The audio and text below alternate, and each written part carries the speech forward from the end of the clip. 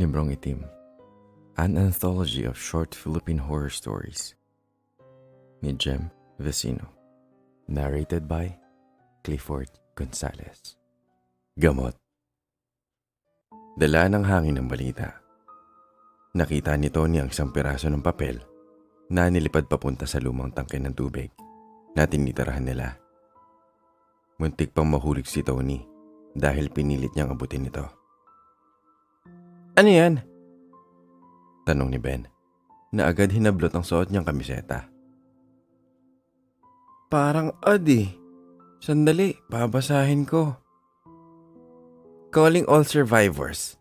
Let it be known that an antidote for the viral disease C1G5, better known as the zombie syndrome, has been developed by the government and is currently being used to treat newly turned humans with a 95% success rate. Ha? Agad kinuha ni Ben ang piraso ng papel mula sa kaibigan. Nagtayo ang gobyerno ng mga center sa mga sumusunod na lugar. May Tagalog naman pala sa likod eh. Sabi ni Tony. Gumalaw ang mga labi ni Ben habang binabasa isa-isa ang mga nakalistang lugar. Tony, may center na malapit sa atin. Tingnan mo. Ano naman? Walang gana sa sagot niya. Huwag mong sabihing naniniwala ka dyan. At anong gobyerno sa tingin mong sinasabi nila? Matagal nang nabuwag ang gobyerno. Pumasok sa butas sa gilid ng tangke si Tony. May takip itong trapal at may ilan pang mga butas na nagsisilbing bintana nila. Ito na ang naging tirahan nila sa loob ng 3 taon mula nang kumalat ang epidemyang C1G5 sa buong mundo. Mga 4 na taon nang nakakalipas. Walang may alam kung saan talaga nagsimula ang sakit na yon. Basta bigla na lang itong kumalat sa Europa, sa China at Estados Unidos. At sumunod na nga ang buong mundo. Ang maganda sa maliit at bansang tulad ng Pilipinas, nababalitaan mo munang kaguluhan sa ibang lugar bago pa ito dumating sa bansa. Kaya nga, kahit papano, nakapaghanda pa rin ang ilang mga tao. Pero hindi pa rin nakaligtas ang Pilipinas. Nadala ng isang Chinese fishing vessel ang isang infected na pamilyang tumakas pa sa Zamboanga. At doon na nga nagsimula ang impeksyon. Tony, paano kung totoo to? Paano kung may nakuha nga talaga silang gamot? Ayaw mo bang magbaka sakali na may iba pang mga tao kagaya natin na nakasurvive? Tinignan ni Tony si Ben mula sa loob ng tangke ng bahay nila. Pagkatapos ay napatingin siya sa isang larawan na nandoon din sa tahanan nila. May 3 tao na nakangiti doon. Si Tony, si Ben, at isang babae. 2 kilometro lang ang layo ng center na yan mula dito. Dagdag pa ni Ben. Kahit totoo yan, sa tingin mo ba makakalayo tayo ng walang nakakasalubong tuod? Muling nanahimik si Ben. Kukuha ko ng makain sa baba. Sabi ni Tony. Bit-bit ang itak.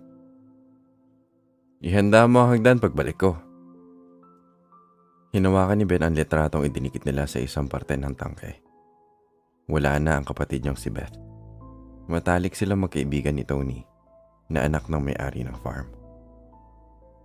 Bumibisita siya tuwing bakasyon mula sa Maynila, pero parang araw lang ang agwat ng bawat dalaw niya.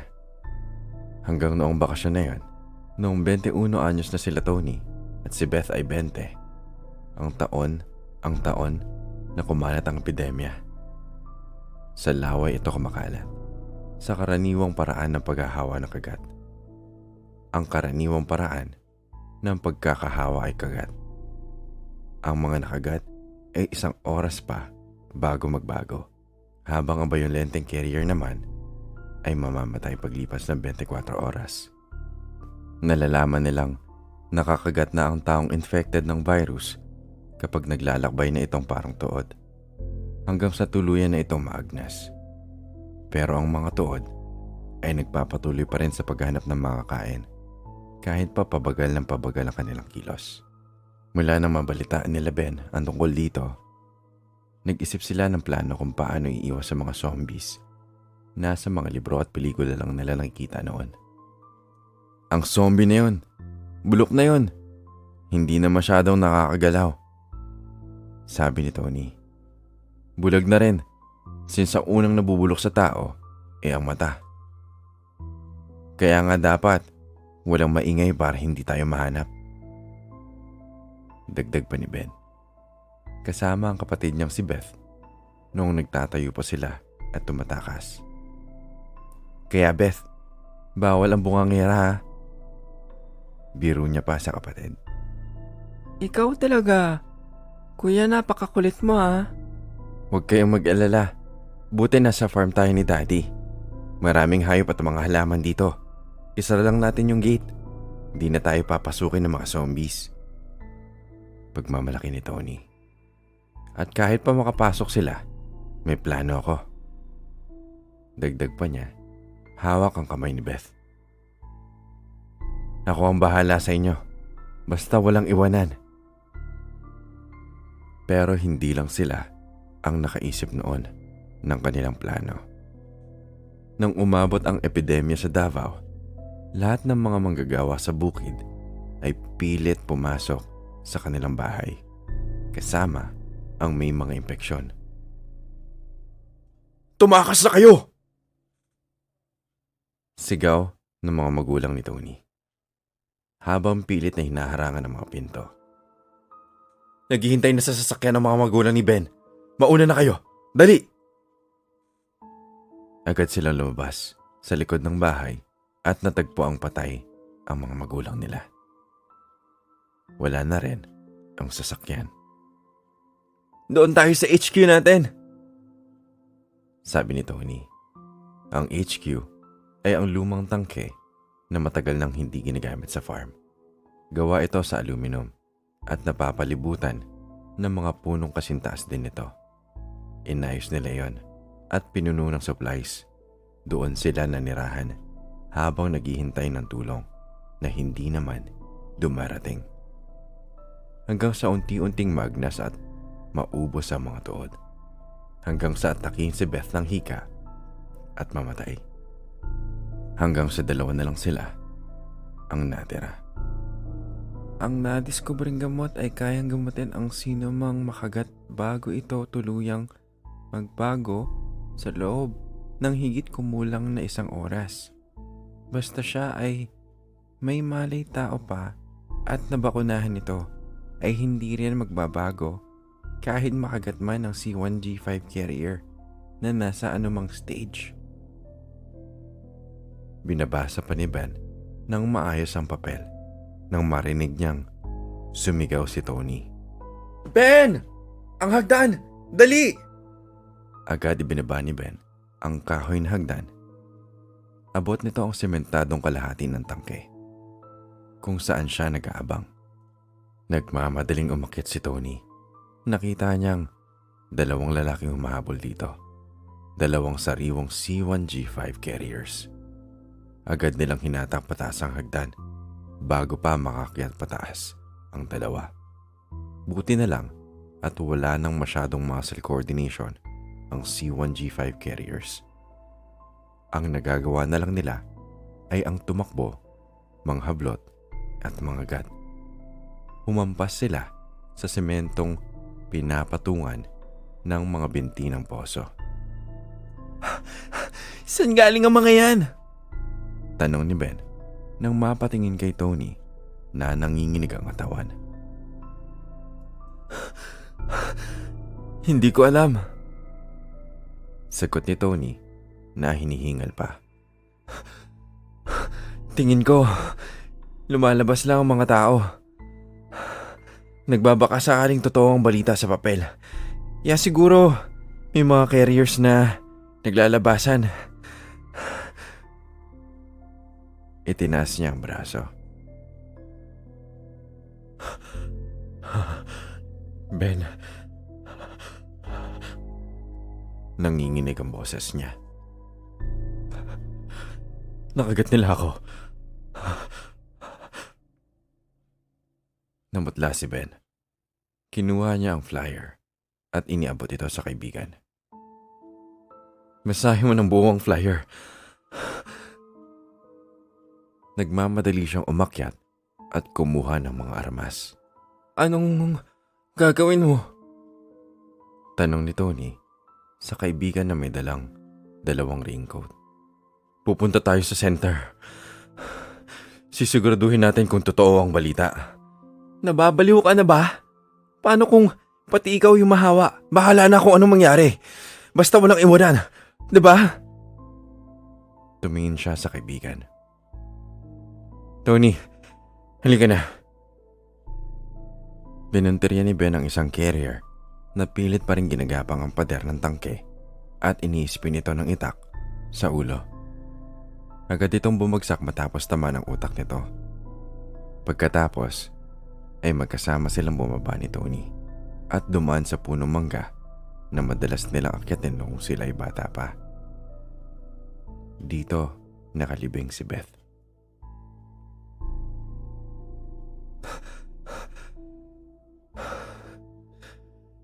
Bantayan mo kami, Beth. Bulong niya sa kapatid. Kung sakali, magsasama na tayo ulit. Tumingin siya sa kaibigan at tumango. Sa main road na tayo dumaan para mabilis. Hindi ko alam kung ilang minuto na ang nagdaan mula nung nakagat ako. Dapat pala nag-raincoat ka rin para hindi ka nila makagat pa. Sabi ni Ben. Hindi na. Ayos lang ako. Ako nang bahala sa'yo. Pagkasabi niya nun, ay may biglang tumalon sa kanila mula sa talahiban. Tony! Sigaw uli ni Ben, sabay itak sa ulo ng bata. Okay ka lang? Oo. Mas pinupunti rin nila ang laman. Huwag kang mag-alala. Uunahin nila ako. At tuluyan na silang tumakbo. Meron sa may harapan. Sabi ni Tony habang nakaapak sa isang tuod. Di ko akalain na ganito pala karami ang mga survivors na tulad natin. Sabi ni Ben. Sayang at hindi sila umabot sa center. Inatak niya ang 2 pang tuod. Huwag kang mag-alala. Malapit na tayo. Mga kalahating kilometro na lang. Napatingin si Ben sa kaibigan na tulala sa lapag. Tony? Tawag niya rito. Tumingin sa kanya si Tony na umumula ang mata nito. Isang senyales na malapit na itong magbago. Bigla nitong tinalo ng kaibigan. Tony! Labanan mo! Sandali na lang. Nagpumiglas si Ben. Diba? Walang iwanan. Tila natauhan ng kaibigan. Inabot nito ang dala niyang itak kay Ben. Una, ang hawakan. Baliin mo. Ang pangako. Sabi nito sa kanya. Nanlaki ang mga mata ni Ben. Pero kinuha niya ang itak at ginawa ang utos ng kaibigan. Halika na. Tumutulo ang luha sa mga mata. Kailangan natin maabot agad ang center. Pero paglapit nila sa may bayan, nakita nila ang 12 ng tuod na nagkalat sa paligid. Naramdaman ni Ben ang pisil ng kamay ni Tony. Mga tuod sila. Sabi ni Ben, sabay tali ng mga kamay nila nang pinunit niyang kamiseta. Kaya natin to. Tumakbo sila. Mas mabagal ang galaw ng mga tuod, pero marami silang nakaharang sa daan. Kaliwat kanan, ang wasiwas ni Ben ang itak. Sa harap, sa gilid, sa likod, para protektahan ang kaibigan. Kaunti na lang, Tony. Ilang ulit niyang sinabi. Kahit pa, nakagat na rin siya ng isang carrier sa binte. Ayun! Jim! Turo niya sa kaibigan. Napatingin sila sa mataas na harang sa harap nito. May mga taong nakatayo sa harang. May mga dalang naglalakihang barel at iba pang armas. Hoy! Sigaw ni Ben. Hoy! Tulong! Tao pa kami! Kumaway pabalik ang mga tao doon at nagbaba ng hagdan. May mga putok at bumagsak isa-isa ang carrier sa paligid nila. Bilisan nyo! Pasigaw na sagot ng isang babaeng nakaputi. Pwede pa kayong magamot. Tony, narinig mo yun? Masayang tanong ni Ben sa kaibigang hatak-hatak niya. May mga gamot sila. Totoong nasa flyers. Binilisan niya palalo ang takbo. Tinaga ang isang tuod na nakaharang sa harapan at iniwan ang itak sa ulo nito. Hinatak niya si Tony para lalo itong maalalayan. Kaya lang, natawag ng sigawan at putok ng mga barel ang iba pang mga tuod at carrier sa paligid. Nagdagsaan sila sa lugar. Umabol, umarang sa dalawang magkaibigan. Kaunti na lang. Walang sawang inuulit-ulit ni Ben para kay Tony. Sinipa niya ang isang nakakagat sa braso niya. Hindi ininda ang sakit. Itinulak ang mga umahatak kay Tony at pinauna pa ang kaibigan para umakyat sa hagdan habang sinisipa ang mga tuod paalis. Sa wakas, nakaakyat din sila ng platform at tinulungang tumayo ng mga sundalo. Tony! Nagawa natin. Masayang sigaw ni Ben. Niyakap niya kaagad ang kaibigan. Tinignan ng mga sundalong umaalalay sa kanila at ang babaeng nakaputi na may dalang mga injection. Ayan ba ang mga gamot? Tanong niya. Unahin niyo na po yung kaibigan ko. Natigilan siya. Mahapde ang balikat niya kung saan nakabaon ang ngipin ni Tony. Dama niya ang dila nito. Napilit sinisip-sip ang kanyang braso. Boy, bitawan mo na siya. Sabi ng isang sundalo habang nakatutok ang dalang barel sa ulo ni Tony. Boy, Sabi ng babae. pasensya ha. Napatingin si Ben sa iba pang tao sa paligid. Malungkot ang mga mata nila. Pero alam niyang hindi nila alam ang lungkot na kasalukuyan niyang nararamdaman. Bitawan mo na siya. Sabi uli nila. Napatingin siya kay Tony. Sa mga mata nitong pulang-pula at sa mga daliri nitong nakabaon sa braso niya. Basta, walang iwanan. Hinigpitan niya ang yakap sa kaibigan at nagpatihulog pabalik sa dagat ng mga tuod sa ibaba.